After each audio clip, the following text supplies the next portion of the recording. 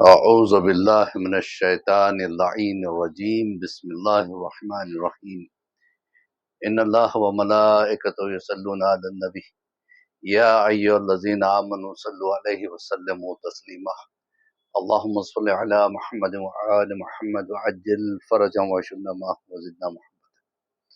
محترم ناظرین، مولوی عباس علی خوئی کا سلام قبول فرمائے۔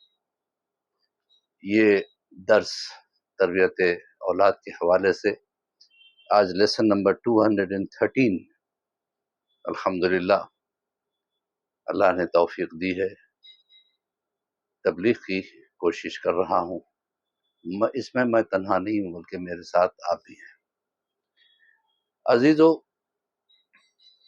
سب سے پہلے تو میں آپ تمامی حضرات کو امام زمانہ کی آمد کی آج مبارکبادی پیش کرتا ہوں۔ آج ان کی ولادت کی تاریخ ہے 15 شعبان ہے، اور 15 شعبان کے حساب سے آج کی ایک مختصر سی گفتگو ہوگی۔ سوال یہ ہے کہ جب تک 313 چاہنے والے نہ ہو جائیں گے امام تشریف نہیں لائیں گے، کیا مطلب ہے؟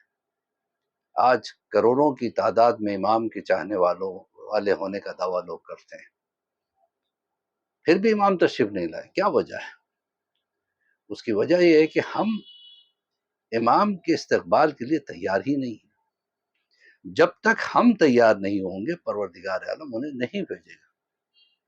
آپ کو ایک مثال دے دوں، ایک سڑک اندھیری تھی، حکومت کو عرضی دی گئی کہ اس میں لائٹ کا انتظام کیا جائے۔ حکومت نے سینکشن کیا، ایک پول لگایا، اس پہ لائٹ کا انتظام کر دیا، اس پہ بلب لگا دیا۔ محلے کے شریر بچوں نے اس کو توڑ دیا، حکومت نے دوسرا لگایا، اسے توڑ دیا، تیسرا لگایا، اسے توڑ دیا، چوتھا لگایا، اسے توڑ دیا، پانچواں لگایا، اسے توڑ دیا۔ پھر ایک وقت ایسا آ جائے گا، حکومت کہے گی کہ پہلے اپنے بچوں کو سدھارو، پھر اس کے بعد ہم بلب لگائیں گے، ورنہ یہ لوگ توڑ دیں گے۔ اللہ نے پہلے امام کو بھیجا تو وہ نے شہید کر دیا، دوسرے امام کو بھیجا، شہید کر دیا، تیسرے امام کو بھیجا، شہید کر دیا، چوتھے امام کو بھیجا، شہید کر دیا۔ اس طرح سے 11 امام متواتر آتے رہے اور لوگ انہیں شہید کرتے رہے۔ پروردگار عالم نے 12ویں کو پردے میں رکھا تاکہ ہم اپنی شرارتوں کو، اپنے گناہ آلود زندگیوں کو پاک کریں، پھر انشاءاللہ پروردگار عالم امام کو ضرور بھیجے گا اور ہم فیضیاب ہوں گے۔ لیکن اس کے لیے سب سے پہلے ہمیں تیاری کی ضرورت ہے، ہمیں تیار ہونا چاہیے۔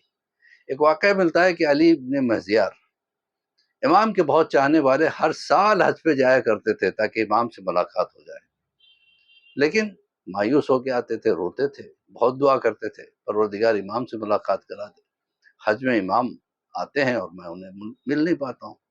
نتیجہ یہ ہوا کہ ایک سال ان کا دل کھٹا ہو گیا کہ نہیں، اب جاتا ہوں، حج تو ہوتا ہے لیکن امام سے ملاقات نہیں ہو پاتی، کتنی بار جاؤں گا؟ پھر جب حج کا موسم آیا تو اس مرتبہ رو رو کے کہا پروردگار اس مرتبہ مجھے امام سے ضرور ملا دے۔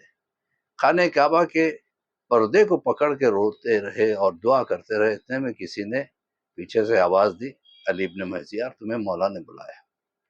چل پڑے، وادیوں سے اور صحراؤں سے سفر ہوتا رہا، یہاں تک کہ ایک میدان میں پہنچے جہاں پہ ایک سبز خیمہ لگا ہوا تھا۔ یہ خیمے میں تشریف لے گئے۔ جیسے امام کی نگاہ ان پہ پڑی کہ علی ابن مہذیار میں کب سے تم سے ملاقات کا منتظر تھا۔ کہا مولا میں تو ہر سال حج پہ آتا رہا لیکن ملاقات نہیں ہو پائی، میں تو آپ سے ملنے کے لیے تیار تھا۔ امام نے کہا نہیں، تم تیار نہیں تھے، میں تیار ہوں۔ کیا بڑا میسیج امام نے دے دیا۔ امام نے کہا کہ یہ تمہارے اعمال ہے جس کی وجہ سے ہماری اور تمہاری درمیان میں ایک دیوار بنی ہوئی، رکاوٹ اسی کی وجہ سے۔ تو پتا چلا کہ امام ہماری وجہ سے رکے ہوئے۔ جس دن ہم اپنے آپ کو بہترین بنا دیں گے انشاءاللہ امام تشریف لے آئیں گے۔ لہذا اب ضرورت یہ ہے کہ ہم اپنے آپ کو بہترین بنائیں، ہم ایسے بنائیں جیسے امام چاہتے ہیں، ایسے نہ بنیں جیسے ہم چاہتے ہیں۔ ہم کیا چاہتے ہیں؟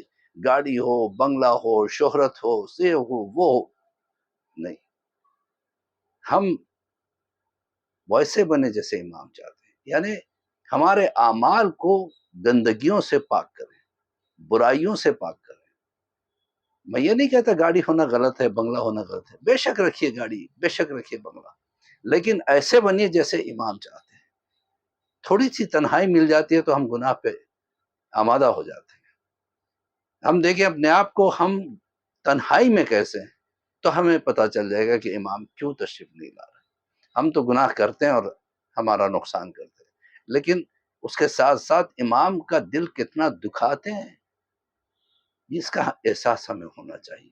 اسی کے ساتھ مولوی عباس علی خوئی کا سلام قبول فرمائیں، اور میں دعا گو ہوں کہ پروردگار عالم ہمیں توفیق دے کہ ہم اپنے آپ کو ایسے بنائیں جیسے امام چاہتے ہیں، اور پھر امام کے ظہور کا میں تعجیل عطا فرما بحق زہرا بیا بالھا بنوا صلی اللہ محمد وعجل فرجا وشنا محمود محمد اللہم القتل الحسین واولاده وصحبه